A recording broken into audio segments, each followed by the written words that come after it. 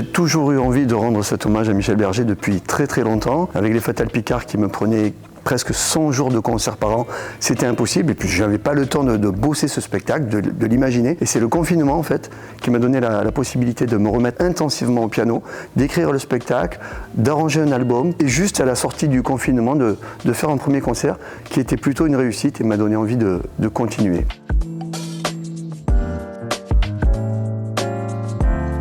Alors il y a une chanson de Michel Berger que j'adore qui s'appelle « Mon piano danse ». Et donc j'ai trouvé que « Ton piano danse toujours » après sa disparition, c'était vraiment un joli titre.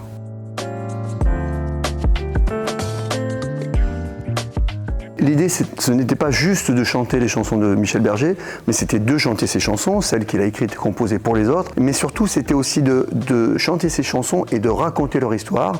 Et à travers leur histoire, l'histoire de sa vie. À travers tout ce que j'ai lu et tous les gens que j'ai rencontrés, j'avais envie de raconter l'homme qu'il était, quoi.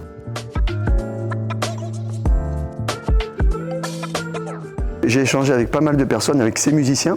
D'ailleurs, dans l'album, j'ai fait jouer des musiciens, lui, notamment son guitariste, Camille Rustam, qui était le guitariste de France et de Michel. Donc on a passé pas mal de jours ensemble à parler de lui. Puis son attaché de presse, qui l'a suivi toute sa vie. Des gens de sa famille qui sont venus me voir, ses cousins les plus proches. Donc j'ai appris encore plus de choses que ce que j'avais lu dans les biographies, ce que j'avais vu dans les images d'archives.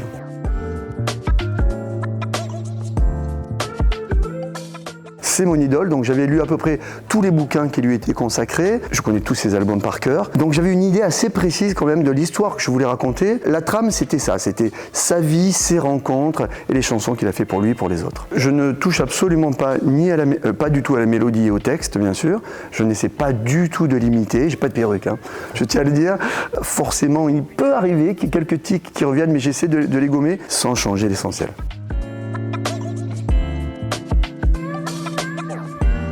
Toute ma vie, il m'a poursuivi. Mes parents avaient un orchestre de bal, de musique, donc ils faisaient déjà des reprises de France Gall, etc. J'aime la mélancolie, j'aime la nostalgie, et j'aime les grandes mélodies, les textes qui parlent d'amour. Et pour moi, Michel Berger, c'est le paroxysme de tout ça.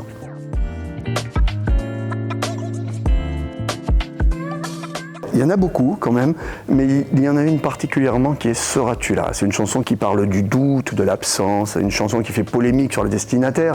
Est-ce que c'est une chanson pour Véronique Sanson, pour France Gall? On ne sait pas vraiment, mais c'est la plus belle chanson d'amour.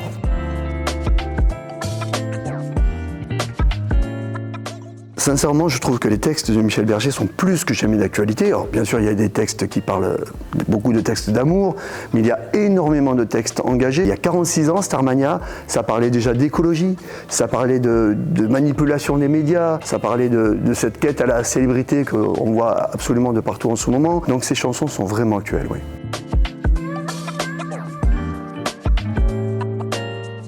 J'habite à Saint-Maur depuis 1992. Je connais bien le théâtre, c'est pas celui-ci, c'est celui qui est à côté. Et oui, j'avais très envie de le présenter au public saint-maurien. Berger, ça va leur plaire ici, pas mal.